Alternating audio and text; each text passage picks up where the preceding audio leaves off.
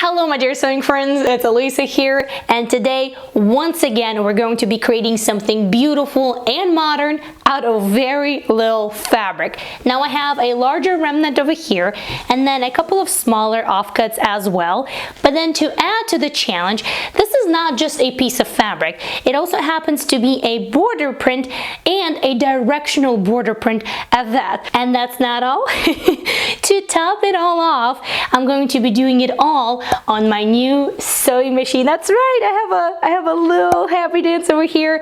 I did tease it to you last time, so today you are finally going to see my new sewing buddy and everything she's capable of, or at least everything that she can do in my hands. And you do know that I do sew a lot, and I sew for the entire family, everything from sewing from scratch to upcycling, mending, and a lot of creative sewing as well. So I definitely think that this was the right choice because I'm loving it.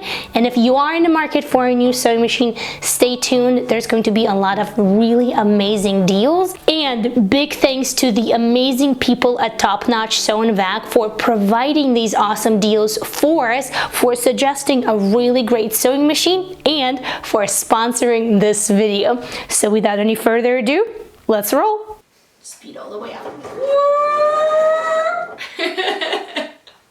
Now, oftentimes the fabric itself can tell us what we can actually make from it. So this is 100% cotton, and I bought it from Mood many years ago. So finally, I'm using up the very last of it. And more specifically, I believe this is cotton poplin. So something that you would use to make like a button-up shirt or a button-up blouse from. Now, the problem is that there is very little of that border print, and there's very little fabric in order to cut a full-on button-up shirt. So I'm kind of starting to think, what can I use this border print for? And I'm thinking I have three options. I can either use it as a front detail, I can maybe use it for the sleeves, although I don't think I have enough fabric to cut full-on long sleeves from this, or I can try to use this as a design element on the shoulder yoke and on the back yoke as well. So here I really have to think what would be the most efficient way in order to cut all of the pattern pieces and utilize the border print in the direction that it's going. But first, I think I need to give it a really good press in order to see what we have.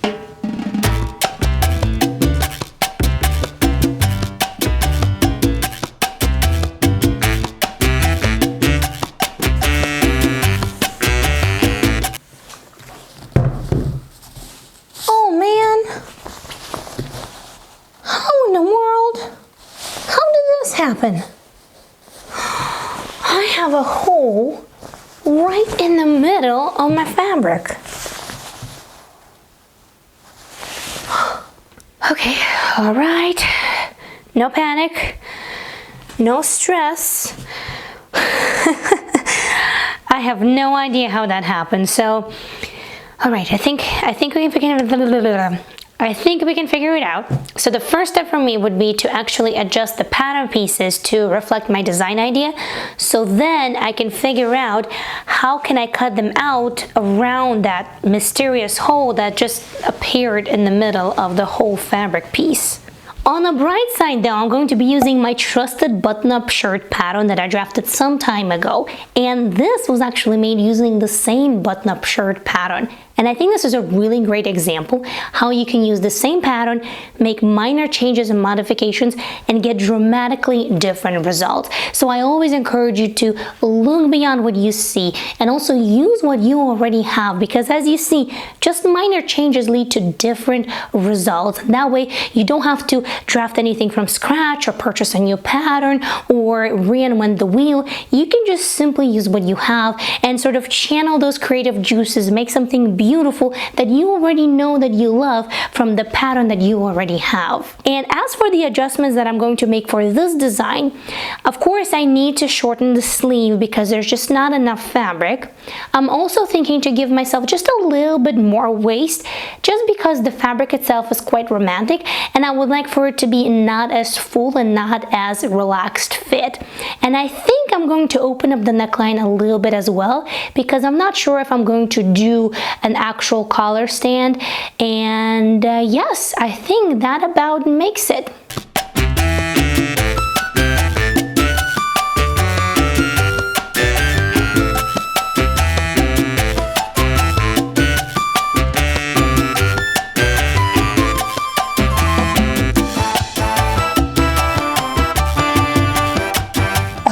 it seems like I have just about enough fabric to cut all of the pattern pieces. The problem is though that I need to do a center back seam on the bottom part of the back pattern piece because I don't have enough fabric to cut it whole. Now I always say it's not a criminal offense to do a center back seam on the garment. I'm just not a very big fan of it when there is a yoke in the back. So in that blouse I actually disguised it by using embroidery. Now I don't necessarily want to do embroidery here because these flowers already take sort of like the central stage. So I'm thinking to play around with it a little bit.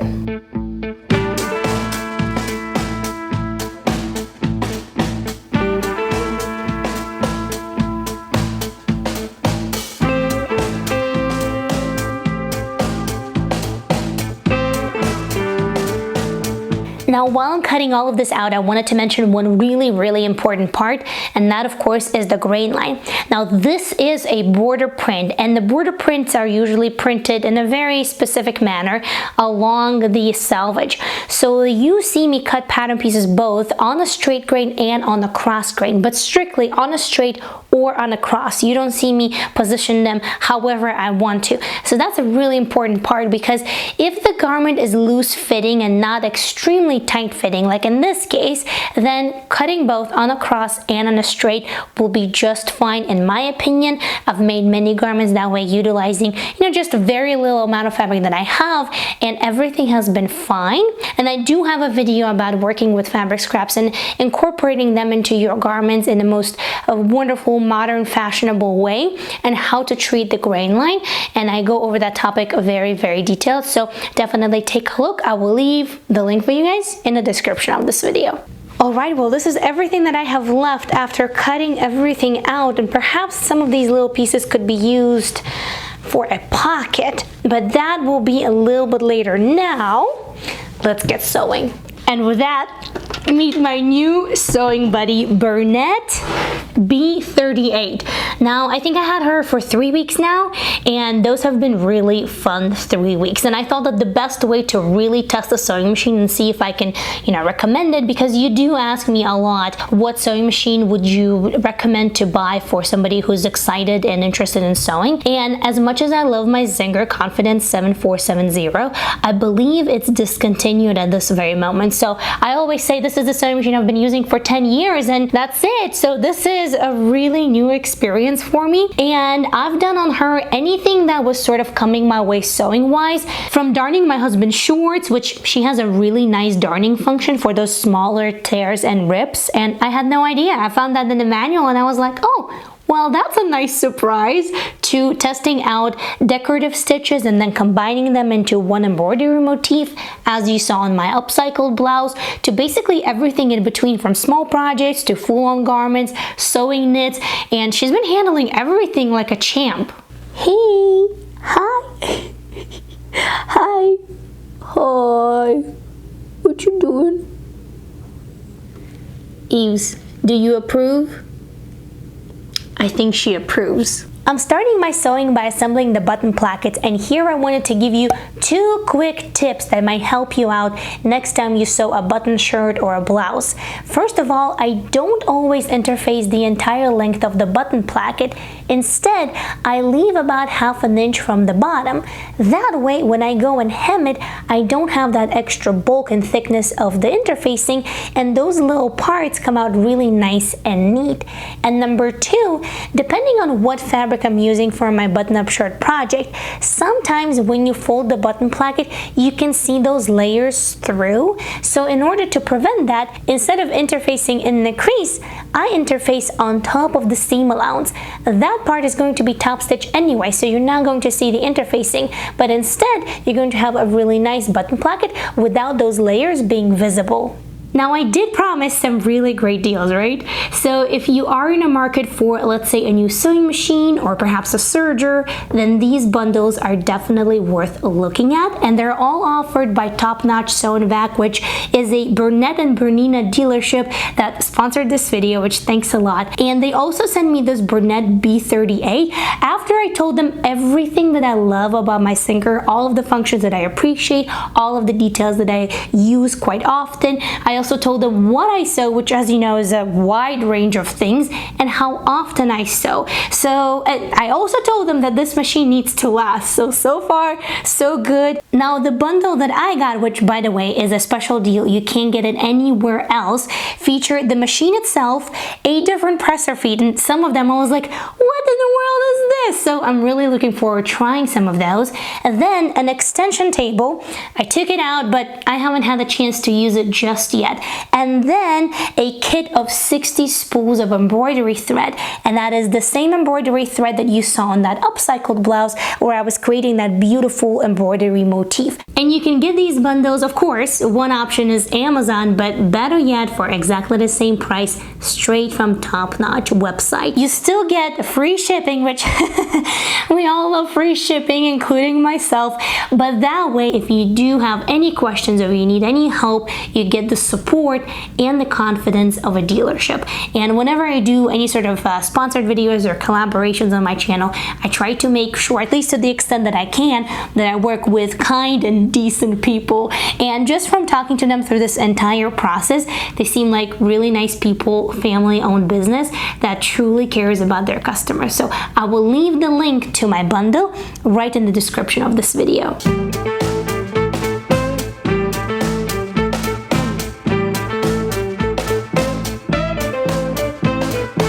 As you can see, I decided to construct the back pattern piece from 3 different details, so that way I can avoid that center back seam that I really didn't want to have.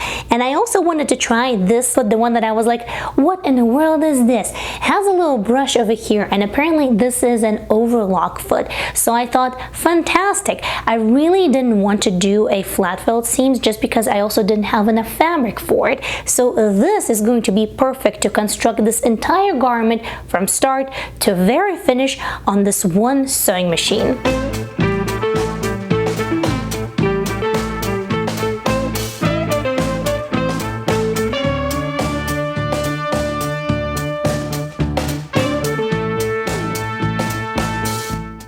You see there's like a fork over which the stitches are formed, and then there's that little brush, and the needle hits right in the middle of that brush, and that's what creates that beautiful overlock seam that mimics what a serger would do. Next up is the sleeve, and I like to insert sleeves in my button-up shirts flat, and I have 2 extra tips for you here. If you're struggling with inserting sleeves in garments like that, try a smaller seam allowance. It's a lot easier to manage all of that ease, and it comes out a lot neater. So a seam allowance like 3/8 of an inch will work much better than 1/2 inch or 5/8 of an inch seam allowance.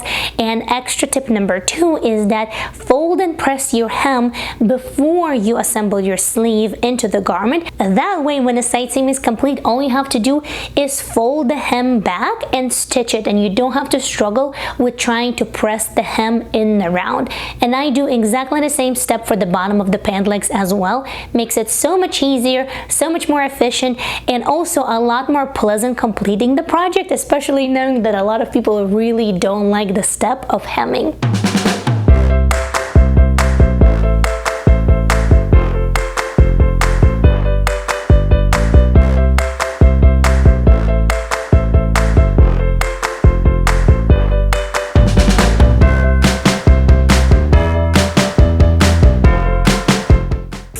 Neckline, I'm thinking to do a little ruffle like this on the neckline instead of a collar stand, because as of this very moment the entire garment is very crisp. The fabric is crisp, the construction is crisp, and I just want to soften it up just a little bit, sort of add a little bit of femininity to it. So I think a little ruffle like this could do really well. For that, I'm going to take this remnant piece, and it seems that just about here I have just enough to make that little ruffle piece for the neckline. And the funny thing is that this little spot was exactly where I was trying to cut around that mysterious hole that I had right in the middle of my fabric. So maybe everything worked out and works out just the way it should after all. Alright, so I finished the ruffle on the neckline. On the inside, it's done with a little piece of bias tape, just very soft, lightweight cotton, so that way it's very pleasant, nothing rubs over here around your neck. And I really like the look of the ruffle instead of like the classic collar or even just the collar stand. So I'm really looking forward to perfecting and really dialing in this technique so that way it's super effortless and super easy to create one. And so far, so good. I did have two issues that I wanted to tell you about. Number one, out of all projects that I've done on this machine, it decided to chew up my fabric for the first time on this blouse, and now I can't find where it was, but it did chew up my fabric, and I'm pretty sure it's not the machine, it's actually the needle, because I did not change the needle between all of the projects that I've done, and I am like 99.9% positive that this needle is very, very dull, because I can tell it by the sound of it piercing the fabric. So after I'm done with the buttonholes, this needle needs to go. And another thing was that I was playing around with just using the sewing machine without a foot pedal, because it has that option right over here, which I found very, very neat because my Zinger doesn't do that. And because when I do film, the camera sits on a two-pod right over here between me and the sewing machine, and sometimes reaching for the foot pedal is really, really difficult. So I was trying to play around with that. And when I did plug in the foot pedal back, the computer of the machine did think for about 5 to 10 seconds before recognizing the foot pedal. So I was like, oh, what is happening? But after that, it went back to normal. And my Zinger, I had times when it would just like, so a good old turn it off, wait 15 seconds, turn it back on, and it works just fine. As I mentioned, I had my Zinger for 10, maybe even more than 10 years now. So I think it's just the nature of everything computerized at this point in this day and age. But overall, I really like this machine. It's sort of like my Zinger, but like 10 years in the future. And I really like all the little extra features that I thought I didn't need, which of course you can sew on a treadle machine as well, but it's nice to have the little extras. Anyway, I will leave the links to the Bernina and Burnett dealership in the info box in the description underneath this video, so that way you can see for yourself. Alright, I only have buttonholes to do, so the buttonhole for me is the real test, because you know my relationship with buttonholes. And if this can do it flawlessly, which, spoiler alert, I already know that it can because I did buttonholes on that blouse with my Burnett. And to be honest, that was kind of the only reason why I did buttonholes over there, because my Zinger, it can do an okay buttonhole. It's nothing phenomenal. It's sort of like a 70-30 chance that it's going to turn out. And sometimes I really don't like to take that chance, because it gives you the jitters and it gives you the, you know, anticipation of the worst, because buttonholes is one of the last steps of the project. So let's see.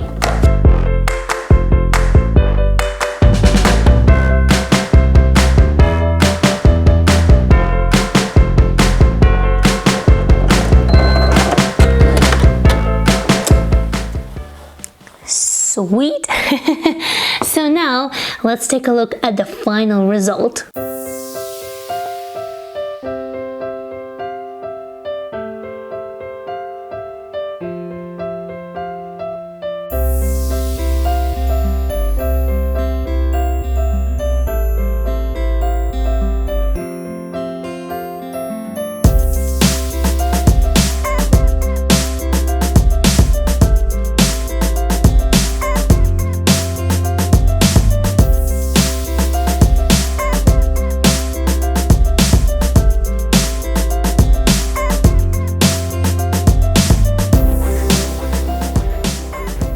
What do you think? In my opinion, it's clean, it's very simple with a touch of feminine detail, and I really, really like it. Not too bad for a project for my remnant, right? And in my experience, those usually turn out to be the projects that I wear the most, that become the favorite. So if you want to see how I made this blouse, which was actually made from a pair of pants, then click on the video right over here. And I truly hope that this video brought you a little bit of thoughtful creativity into your next project. I'll see you very soon in another video. Thank you for watching. Bye!